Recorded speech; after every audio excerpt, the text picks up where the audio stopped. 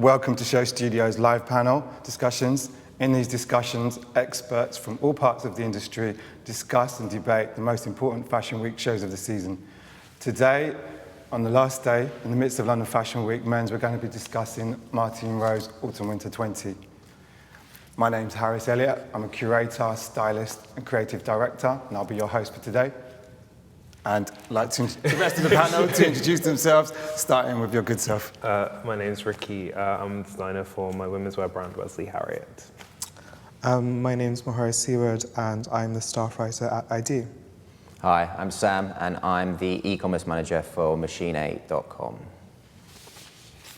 So, Martine's show was last night, 8 p.m. or around about in North London. Were any of you at the show? I was, yeah. It was a really, really great show, a really great way to kind of cap off the kind of big day of London Fashion Week. I think that what was most impressive from my perspective was this amazing mix of kind of severity and also fun. I mean, here you can see there's some amazing tailored silhouettes, but then you have the striped denims, you had these amazing leather pieces, and also the latex pieces as well, which I thought was a really kind of interesting, subversive twist, and all of that taking place within a primary school. It being the primary school that Martine's daughter actually attends. So yeah, it was just a really, really kind of interesting confluence of different references and kind of subtle contrasts and contradictions that made it.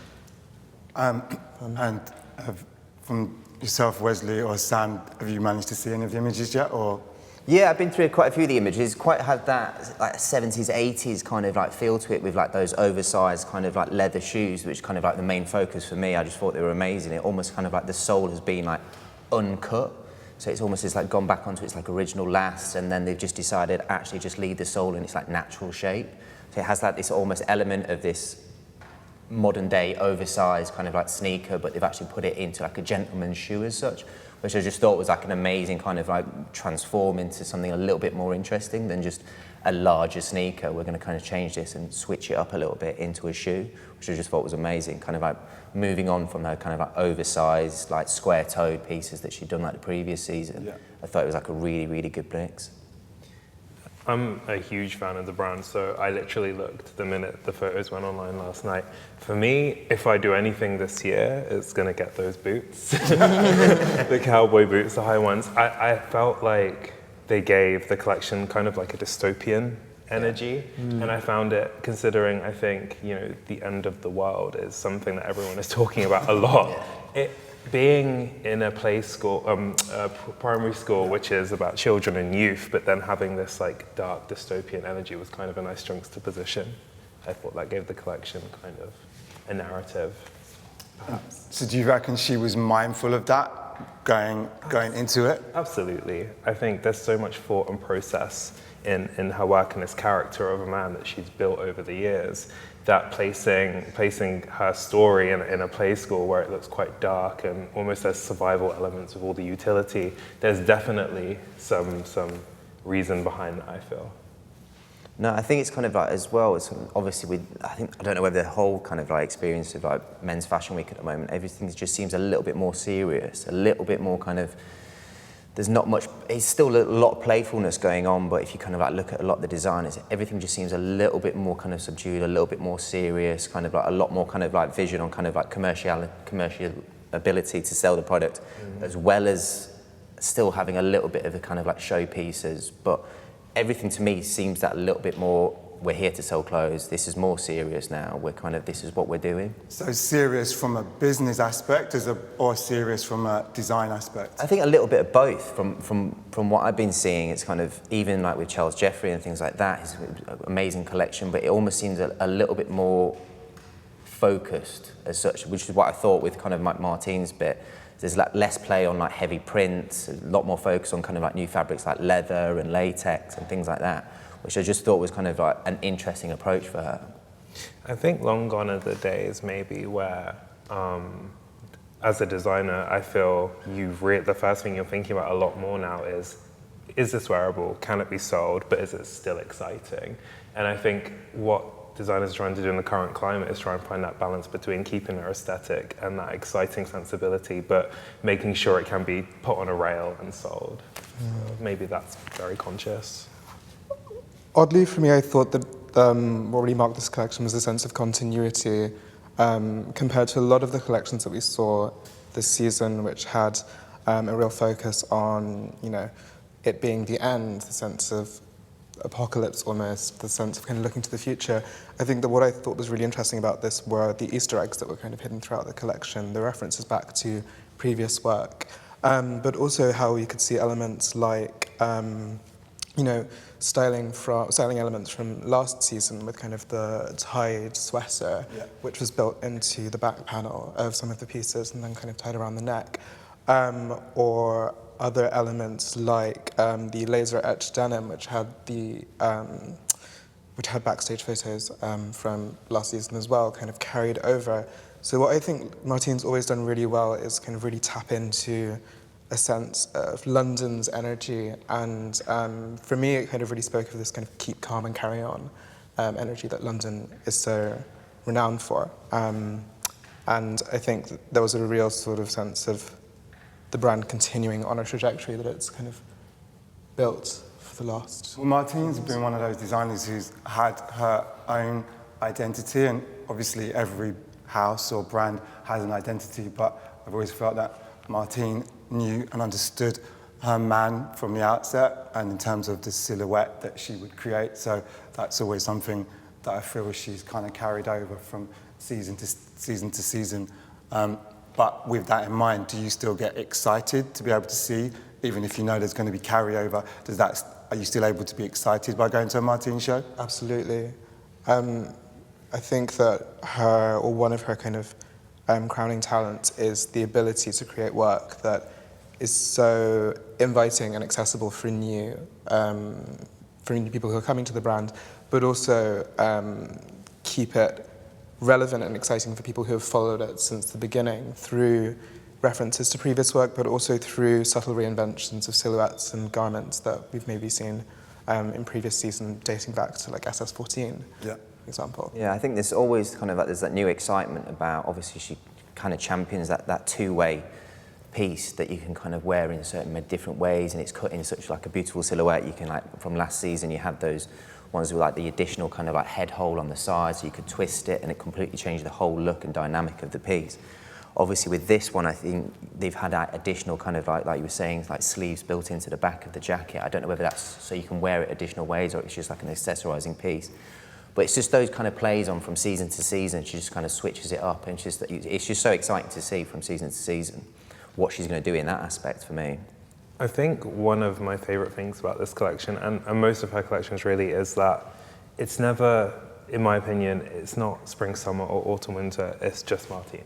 And I think when you invest in one of her pieces, you're investing into the narrative and the lifestyle that she's created amongst her clothing. So she's clever because it transcends any kind of calendar, and it just is. And I really enjoy that about this collection as well.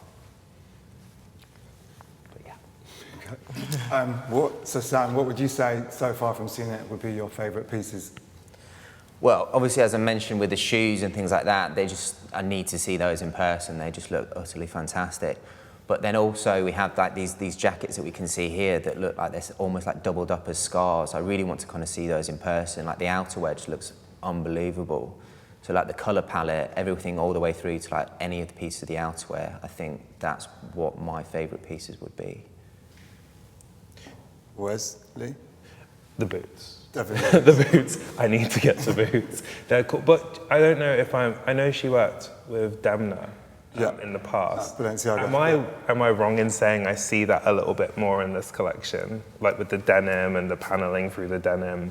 Obviously, Demna doesn't own panelled denim, but it just has a slightly, especially with the boxy tailoring, it feels... Yeah, much more structured in the tailoring kind of aspect coming through, yeah. It feels a little, there's a Balenciaga, like, energy, slightly. But I guess she was working as a menswear consultant at Balenciaga, so she was always bringing that to the Balenciaga So she's reclaiming. aesthetic. So yeah, I guess. Yeah, which way does it herself. work? Was she kind of influencing that way that it's actually come through to Martine now, and she feel like she can actually do it herself, as opposed to influencing kind of like Demna at Balenciaga? Yeah.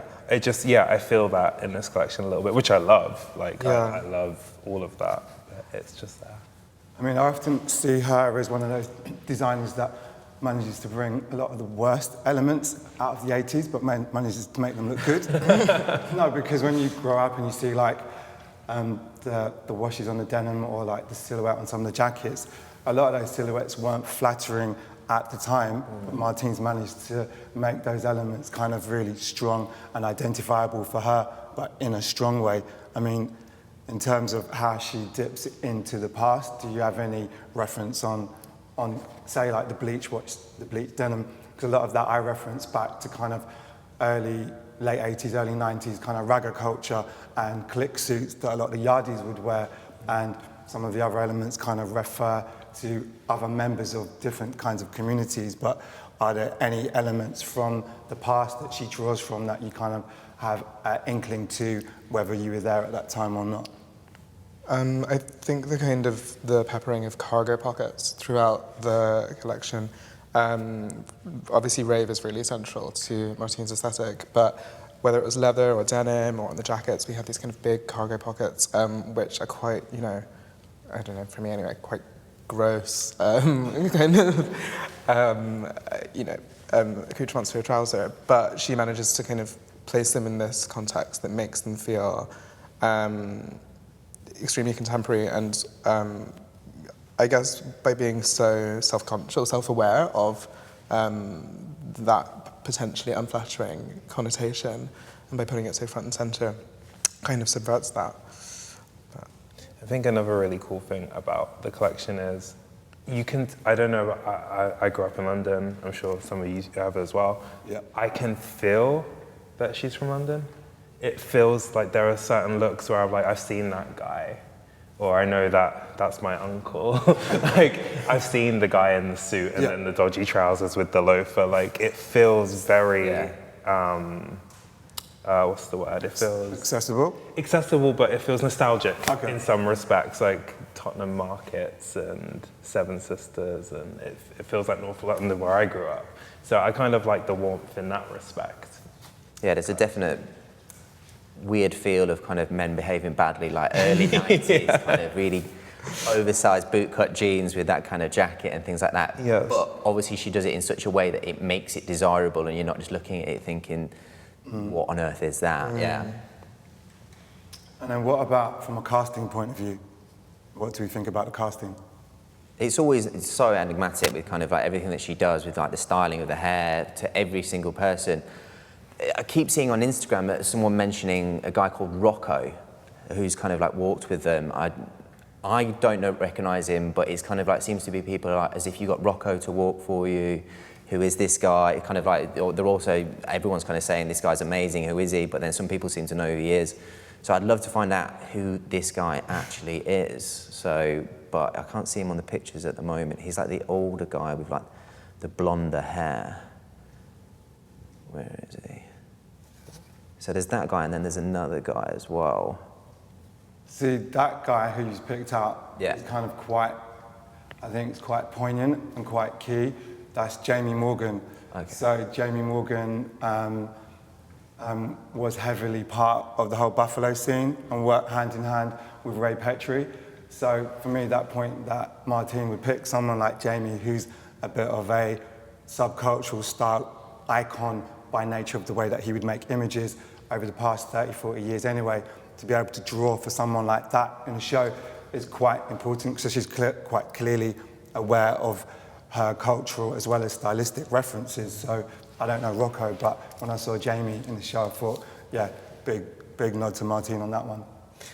It's kind of hyper pedestrian in the sense that the people are not people that you, again, wouldn't see on the street, which brings it back to that. You can see yourself in the collection because it doesn't feel out of reach. All the people there are models there, obviously, but most of the cast. I think that's Rocco on the right.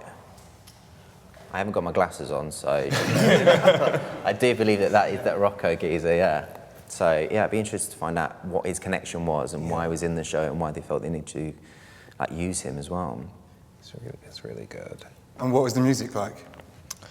I mean, it spanned, it's a bit of a whirlwind, but so, I mean, there was No pressure. kind of from reggae to more kind of intense, kind of 4/4 acid towards the end, kind of built to a really intense, just kind of typical acid crescendo. And I mean, towards while we were waiting for the show to start, because there was a bit of a delay, just kind of vintage 90s, 80s, 90s, like party music, which I think paired with the school setting just created a very sort of fun and very carefree, kind of innocent sort of environment, which made you so excited to see the clothes as well. It made it for a really sort of, engaging atmosphere to be a part of, which is, of course, one of the things she's really known for when it comes to staging her shows. And then, Wesley, you mentioned the fact that you can look at it and tell that Martine's a London-based designer. Is that important to you? And do you think it's, in terms of how designers display their identity throughout their collections, do you think that's an important thing to do? It's super important to me. I'm a London-based designer. I'm from London, and I think that not many designers that show in London are actually from London, which is fine.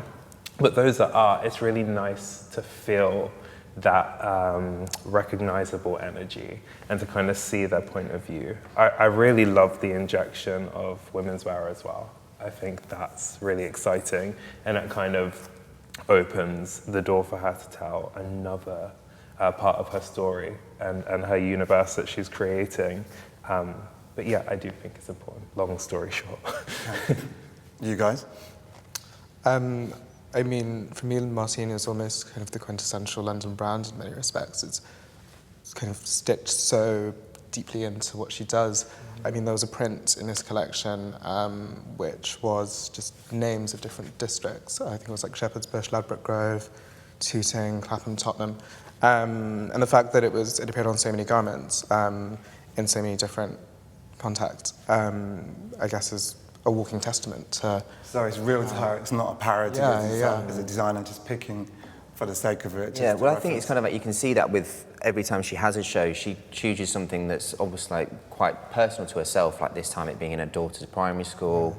One of the previous seasons, it was just kind of like just on an old road in Kentish Town, and they had that story of like the people on the street were like sat at the front row next to some of the buyers and things like that. So she actually kind of brings in the community, but doesn't kind of like overplay it, doesn't do anything. It's almost just like a little nod. There's no serious meaning behind it. It's just purely just bringing everyone in and just using London as her backdrop because that's what she knows and that's what she does so well. Mm-hmm. And also when we think about all of the spaces that she's shown in, the market, the Kentish Town Street, her daughter's primary school, they're all quite, I think as we've already said, like pedestrian, but also quite essential spaces. They're all part of the kind of essential infrastructure of the city. And the fact that she is A, very familiar with those spaces and chooses to embody them in her work, and B, chooses to put her work in them and makes it kind of live in them, I think really speaks to how fundamental the city is to both her and the identity that she's kind of crafted for the brand. Which is, I find is often missed or lacks in a lot of other designers, where Martine's able to be quite personal and personable in the way that she kind of approaches her collections.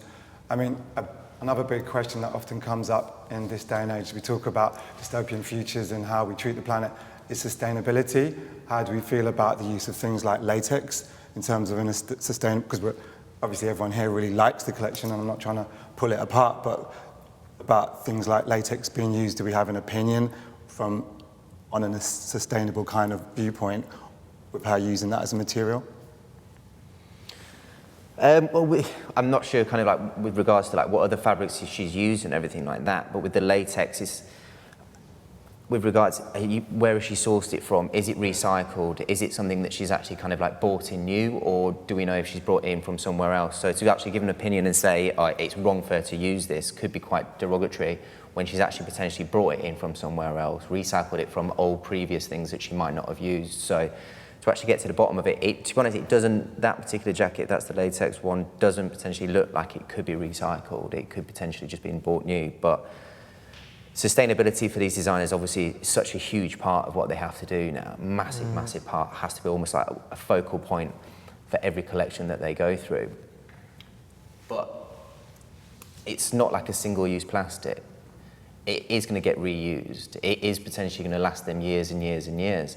It's not something that they're going to be wear a couple of times, or hopefully it's not going to be wear a couple of times and then thrown away. If they are using these fabrics that are potentially not as good as kind of like other recycled fabrics, as long as people are loving them and using them and don't throw them away and actually care for them as not fast fashion, then you have to kind of have that argument that they still should be allowed to use these fabrics and not be judged for it. So you're saying it should almost be like a preservation order if you're going to be able to have pieces that you have as statement pieces that you maintain, as opposed to disposing of them once you've gone through that hype kind of scenario. Sure. I also think, you know, Martine Rose, as successful as she is, she's not a conglomerate. She's not a super brand, so to speak. So I think there's a lot more thought in the room, I imagine, in where they're sourcing fabrics, how this is going to move forward in a sustainable way. So I think it would be shocking if, for a smaller brand, that there wasn't a sustainable point of view somewhere in the fabric sourcing. But we don't know that, I guess. But I hope there is. And then what do we think about the hair? She had great hairdresser Gary Gill on doing the hair for this show. I mean, what are our opinions on the hair for the show? Sorry. No, I thought it was great. It was so off-kilter. And I think that it was the thing for me that kind of struck that perfect balance between the models being people that you could have picked up from the street, to it being a fashion show, to it being a kind of an artistic proposal. It was that thing that kind of removed it from a kind of an instantly identifiable context and gave it that kind of necessary, kind of bizarre twist. Do we see it as modern, or do we see that so many of these looks, hair, casting and kind of the styling of it, see it as something that could have just been plucked straight from the 80s and kind of just dropped into Kentish Town now? Or do we see that there's a modern take on what she's done? It's like low-key, high-key, new romantic, but like a modern, like a more contemporary take on the new romantic, like hair, if that makes sense at all. I get a new romantic energy from it. Yeah. A bit Spandau Ballet and... Yeah, Toya Wilcox. Yeah. Definitely. But I love it. It's cool. It's kind of post-club, like you've gone in, you sweated out all the products, you're getting the night busts. It's real. It's cool. I like it a lot. I think one of you said that, hopefully one of you said that this is a move on from what she did last season. How do we compare last season? Obviously, her head was somewhere else when she did last season, but in terms of as the direction continues, what do we think in terms of from SS20 to AW20? From my recollection of like SS20, there was a lot more kind of colourful, vibrant kind of pieces going on. Like the colour palette was much more varied compared to this current season. Obviously, you can argue that's the difference between spring, summer, and autumn, winter, but it's just good point. But yeah, so that was my first inkling of kind of like when I viewed the collection, of actually like the variance in kind of like how much kind of colourful print there was in SS20, and then kind of how it's changed for this season. I think there was a development in the sophistication when it comes to the material she's using. The fact that she was doing so many amazing tailored pieces in leather. There's a great brown leather shirt in last night's collection that I was really obsessed by. Yeah. And from last night. Yeah, so yeah, the brown kind of point-collared leather shirt. And there was also, the latex pieces. There's a brilliant kind of buckled latex wrap skirt, which is, it's like amazingly contoured. So I think that, as you were touching upon the introduction, a kind of more a steady integration of women's wear as well, and her seeing experiment more explicitly with kind of women's wear silhouettes demonstrated a real sort of kind of knuckling down on the sophistication of her practice, which has always been there, but I think that when you're working with leather, latex, there's a much thinner margin for error, and she really, really pulled it off. And then what do we think about some of the collabs? She's did a collaboration this season with Farah and also Six London. Don't know how much you guys know about Farah or Six London, but I don't know very much. So Farah is a British heritage brand that's this year celebrates their 100th anniversary, and so for 2020 they're collaborating with a few different designers and brands, Martine being one of them. I don't know which elements they collaborated with her on, but and I know Six London did some of the shoes, but Farah renowned for kind of utility wear, and there was an iconic waffle trouser that would have been worn in the 70s and 80s by men. I don't know how much they did with women's wear, but those were some of the brands that she collaborated with this season. I think collaboration has become this like staple thing within fashion, I think. And it's nice. I like it because it gives designers the opportunity to expand beyond what their capabilities are. So I think I know the boots, which I've spoken about a lot. So heavily. so very in love with the boots. I think they were a part of the Six London collaboration. Yeah. So it's nice to see what comes out of artistic merging. Yeah, it's nice to see her kind of like collaborate with more kind of like London, UK based, as opposed to like Mahoro, Nike, the kind of like the big ones that she continues to do and has done in the past, but maybe focus more on kind of like more of a heritage kind of like London thing. It's nice to see a bit of a mix up and a change there. So it adds a bit more London or UK authenticity to what she's doing? Well, yeah, potentially. Or It's just nice to see a bit of a change up from like the bigger names that actually like going with the kind of like the more kind of like you say, that the heritage London one. It's just a bit of a mix up, a bit of a change to kind of like those bigger labels that she's used to working with. I think it's really clever though that she's collaborated with London-based brands, but simply because I find with a lot of international shoppers, when they come to London, they love buying things that are incredibly rooted in London. Yeah. So just, cementing herself as a London brand, I'm staying here, I'm here to stay, I represent this city. She makes herself, I think when you said quintessentially London, and that will speak well to international shoppers. So that's clever business-wise, I think. And outside of last night's collection, which we all seem to be loving, what would you hail as your favourite pieces or collections from Martine, apart from the boots on this one? Getting the boots on this one outside of last night. Which other seasons or collections or elements of Martine have you bought or have you just been really in love with? Last season there was a jacket, a tracksuit that was like ruched in the shoulders. It was like a burgundy that I tried on, but my shoulders weren't having it, so it didn't happen. But I loved that to death. I think I saw it in a store. It was like that. That one on the left? But it was in burgundy. Okay. But it was similar to that. I automatically have to go back to the beer towel pieces from, I can't remember what season that was. it autumn, winter 13 or 14? Yeah, this is kind of, we were lucky enough at Machine A to do an exclusive for some bucket hats and beer towel bags as well, which is kind of like, it was just one of the first things that I came in, and when we did this, we wanted to do an exclusive on Martine, and they had leftover fabric from this, and we were just so pleased with it, the way that it came out. It just did so well for us that was like one of the first things that I did when I joined the company. So I was really quite proud of that one. It was an unbelievable collaboration, and the attention to detail in there as well with all the different kind of prints, just so cool.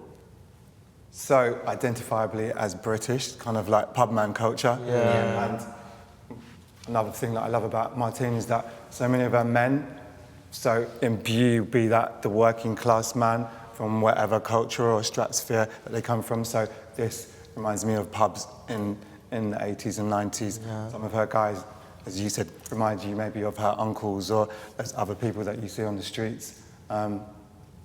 Mahoro, any? Mine was actually that beer mat jacket. For me, I just love the humour of her logo hacking. We saw it again with this season with the Durex logo. Yep. Martine, what was that? Expect perfection.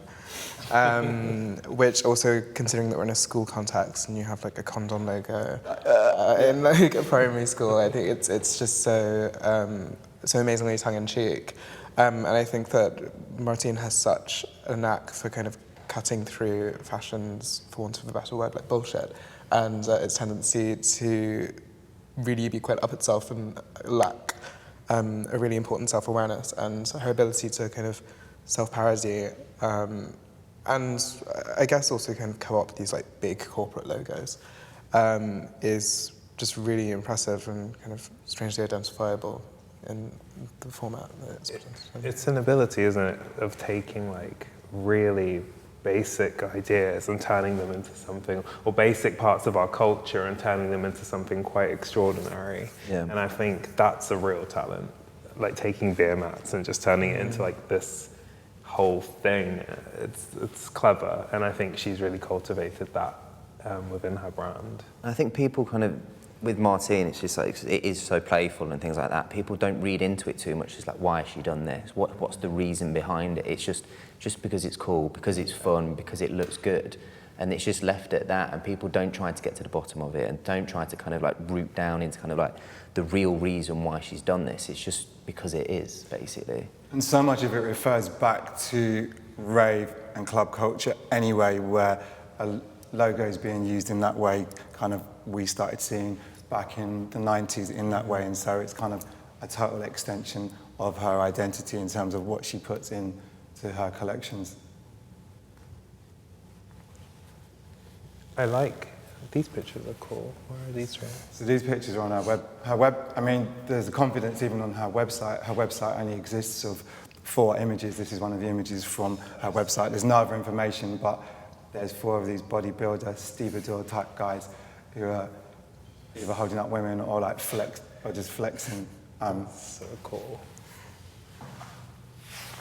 Nah, it's just, there's a humbleness to it, especially in these images, and I think it's so nice that, you know, making menswear that is really quite modern and really quite,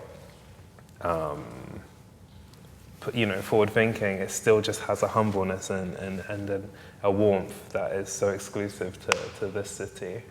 I think that's really special. Earlier on, before we came on camera, we touched upon the point that many designers are now defecting to the other bigger cities, and as London Fashion Week men's has now gone from 5 days down to 3 days. Someone like Martine, who's kind of clearly got huge global appeal, do we feel that that might be a step that she might have to do next, or do we reckon she will stay put? I think with kind of like the way that Martine is, with it so ingrained within London, I don't know whether she'd personally find it hard to leave to do a show in Paris or elsewhere, like kind of like we were saying, like Kiko and Craig Green now moved over to Paris, but you don't see those as ingrained in London as Martine is. So I think that she may feel difficult personally leaving London, but as a business view, she may have to, yeah. I think I'd find it quite interesting to see how she would tackle kind of presenting beyond London, because for me, her presentations are such a crucial setting for the clothes that are presented. At the same time, yeah, I do think it'll be really interesting to see how she would approach presenting another space in the same way that we're about to see Telfar present at Pitti. Yep. And we think of him as kind of like an intrinsically New York designer. So yep. I'm really excited to see what he'd do there, and in the same respect, because I kind of think of them as slight parallels in some way. I think it'd be really interesting to see how she would take on that challenge. I hope she doesn't leave London. I think it's just really important. It's always a bit sad, isn't it, when, you know, these brands that are built up in London and, you know, they're highlights for London, then they're like, bye. Well, I think London needs her, and I think menswear in Britain kind of needs what she brings, because from when she first launched in 2007, her identity stayed true to her ethics and what she believes in terms of her silhouette. So I think to lose Martine would would be a bad thing, but I also understand that Bill's got to get paid. So, But yeah, it could be obviously like, you could change it on its head and almost she could be like a fantastic ambassador out there, kind of like, should almost bring, I don't know what she could do, but if she was to show in Paris, like actually bring something so quintessentially London, like we've said she is, and actually show it in Paris and kind of like change it up like Martine knows how to, like put on a different show, make it different. If she was to go to Paris, I think she'd probably bring in so many different things from London that you'd almost potentially feel like you were still in London, but watching a show in Paris, which I think could be fantastic as well. which she has done to a degree anyway with her influence over what happened at Balenciaga anyway. So, I mean, her identity is kind of like effervescent throughout whatever it is that the collections that she puts her hands to. Are there any kind of summing up moments or points that you wish to say? I think just... I want the boots. I want the boots. I will have the boots. I'm going to make the boots happen. No, I think, it's really strong. It's definitely, in keeping within her narrative and her world that she's created for this man. And I hope that she does more women's wear. Okay. Because that's a really cool starting point, what she did there. Yeah, I think basically building on what you just finished off with, it'd be great to see her really develop the women's wear side of things and kind of create the kind of female counterpart to the man that she spent, 12 years, 13 years on now developing. Yeah, again, really excited to see where the women's wear line goes and kind of like whether that becomes like its own line itself as opposed to kind of like being filtered through the men's. Again, I think she just goes from season to season, just building and kind of like growing another kind of like customer base and just being more recognised. And I think it's one of the names that everyone looks out for now on the kind of like the schedule for London and things. She's becoming potentially one of the biggest names that London has. So yeah, it's just exciting to see where she goes from here again. Perfect. Then that's a nice summing up to say thank you to Sam, Mahoro and Wesley, all of the panellists, and thank you for all watching. For more extensive Fashion Week coverage, be sure to visit SHOWstudio.com, and if you're watching via SHOWstudio's YouTube, be sure to like, comment and subscribe below, and we will see you next time.